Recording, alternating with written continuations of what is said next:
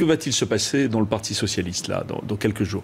D'abord, après une phase qui a été très interne, je souhaite que nous nous adressions aux Français et qu'à Poitiers, ce soit un événement public, démocratique, intéressant pour notre démocratie.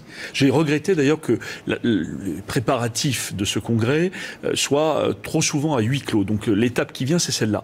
La deuxième chose qui est l'enseignement important que je veux souligner ce matin de ces résultats, c'est que aujourd'hui, si on additionne ceux qui souhaitent une réorientation de la politique gouvernementale, ça fait une vraie majorité d'idées qui se manifestera quand il faudra parler de réforme fiscale, justement, quand il faudra réorienter comment elle se manifestera, le pacte de Christian responsabilité. Paul? Comment entendez-vous peser sur la ligne du parti? De quelle manière? Mais c'est très simple. Il y a chaque semaine un bureau national du Parti socialiste qui est composé en fonction des résultats de ce vote. Dans ce bureau national s'exprimeront les demandes de réorientation, ces exigences que les Français expriment et que les militants socialistes ont voulu également. Dans toutes les motions qui ont été mises en débat depuis des semaines, il y a des demandes de changement, d'amélioration. C'est pas d'opposition, mais il y a des demandes d'amélioration de la politique que mène le gouvernement depuis 2012. Christophe Cambadélis le dit ce matin, il soutiendra le gouvernement, mais il aura des exigences. Vous lui faites confiance? Mais les exigences seront communes si elles sont fondées. Et c'est pour ça que je pense que nous trouverons dans bien des occasions, et je pense encore une fois à la réforme fiscale, à la politique de soutien aux entreprises, je l'espère également pour demander une nouvelle loi bancaire, je souhaite que nous ayons une majorité d'idées, au-delà des motions, dans le Parti socialiste pour les mois qui viennent. Je pense que c'est essentiel. C'est pour moi l'enseignement principal du scrutin d'hier soir. Est-ce que vous pouvez aussi reconnaître que ces scores sont une victoire pour François Hollande et Manuel Valls, puisque la motion qu'il soutenait est confortée? Vous savez, il y a aussi, dans un congrès, dans un parti politique, il y a aussi de l'habileté. Il n'y a pas toujours d'ailleurs suffisamment de clarté des idées.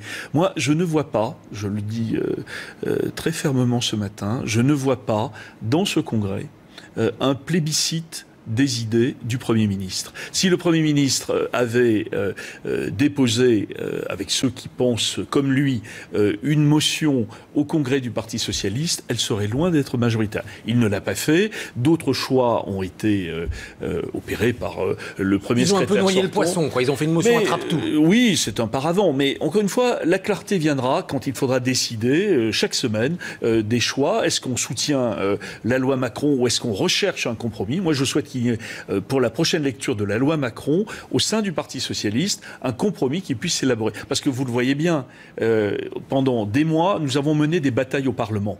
Bon, moi, je souhaite d'ailleurs qu'on puisse tourner cette page-là. Pour faire quoi? Pour avoir au sein du parti, du principal parti de la majorité, un débat loyal, que ça soit un espace de régulation et de décision. Et je pense que les choses seront d'ailleurs, de ce point de vue, apaisées. On a quand même fait mentir une des prophéties. D'ailleurs, deux prophéties ont été clairement démenties. Le Parti socialiste a été réveillé depuis des semaines par le débat que nous y avons mené. Il n'y a pas eu beaucoup de participation non plus. Oui, c'est vrai, mais il y a eu un vrai débat. On nous disait c'est écrit d'avance, le match est tué d'avance, avaient dit certains, etc. Et la deuxième chose qui me paraît également tout à fait importante, c'est que le Parti socialiste, on va essayer de le revitaliser. Parce que je suis d'accord avec cette idée qu'aujourd'hui, que la moitié seulement des militants socialistes viennent voter, ça n'est pas acceptable. Christian Paul, Jean-Christophe Cambadélis a déclaré la contestation est éteinte au sein du Parti socialiste. Qu'est-ce que vous lui répondez? Mais qu'il ne doit pas se méprendre. Ça, c'était des propos de campagne. Ça n'est pas une contestation. Nous avons construit, à l'occasion de ce congrès, une force de proposition.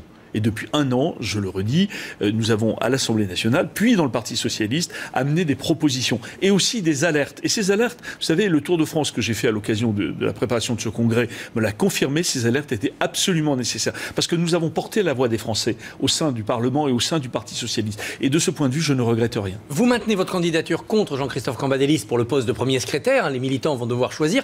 Vous êtes preneur d'un débat, d'un face-à-face public avec lui? Mais si vous souhaitez que nous puissions débattre, y compris dans ce studio, je suis évidemment totalement disponible. Mais je souhaite aussi qu'on comprenne bien qu'un congrès du Parti socialiste, il va venir dans quelques jours, c'est un événement démocratique important. Voilà, il ne faut pas le passer à perte et Vous ne profit. craignez pas de porter la division ? Non, je pense que nous pouvons débattre sans qu'il y ait déchirement. Nous avons montré qu'il n'y avait pas de déchirement. C'est aussi une des prophéties que j'ai plaisir à démentir. Il n'y a pas eu de déchirement, c'était pas un moment bloc contre bloc, c'était un débat très honorable sur des questions essentielles. Et pourquoi je suis candidat là cette semaine ? Parce que je veux continuer ce débat en disant les choses de cette façon. Il y a eu des votes sur l'émotion.